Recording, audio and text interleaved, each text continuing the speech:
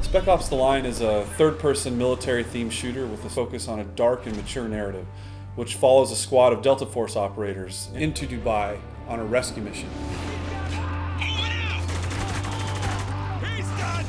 The setting of Dubai really influences the style of combat in Spec Ops The Line. The unique architecture that's there does some really interesting things with our combat space.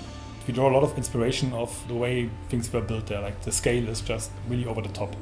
And as an art team, we use that to translate it into our game environment. So all the spacing is bigger, everything is a little bit more grand and spectacular.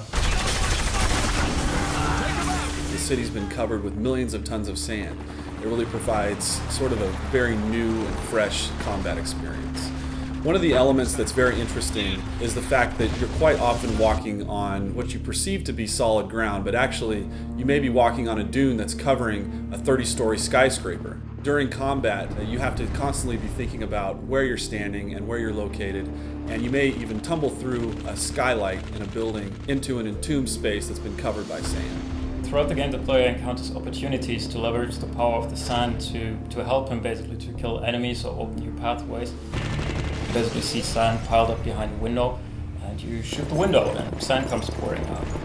So there's a number of locations in the game where out of the narrative grew an opportunity for us to let the player make a choice. This is a test. Yes, it is. The civilian on the right stole water. A capital offense.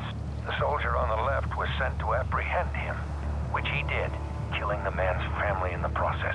So these are not binary choose A to do the good thing or choose B to do the bad thing types of choices that are presented to the player. When you make a decision in the game, what we wanted to achieve is that you sit there and you really question your own moral and you question your own values. Wow. What happens in Dubai stays in Dubai. After a battle in Spec Ops The Line, there's rarely a situation where all of the enemies are dead. They're typically laying on the battlefield, bleeding out in horrific pain and agony.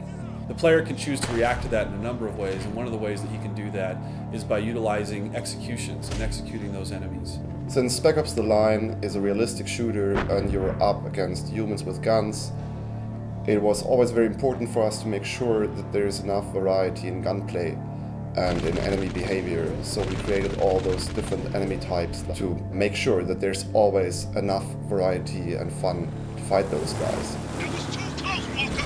Take this guy out! Is that all of them? I think we're clear. What about the civilians? 33rd get away with any of them? Yeah, they did. The campaign in Spec Ops The Line is heavily influenced by the people who are left there in Dubai after sandstorms have ravaged the region. This element of survival in a combat scenario permeates into the gameplay itself. Many of the conflicts in the campaign actually have to do with those survivors and these elements of them trying to provide for their families and protect them from the situation that they found themselves in. This element of civilians being found in the middle of combat scenarios adds a lot of tension to the combats in Spec Ops The Line.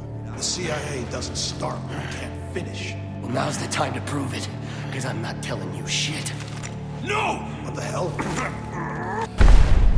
What we wanted to achieve was that the player really not only makes his decisions as the character, but also as himself, as a person, as the human in front of the console. We hope that this invites players to think about what wartime scenarios are really like for the people that are trapped within their confines.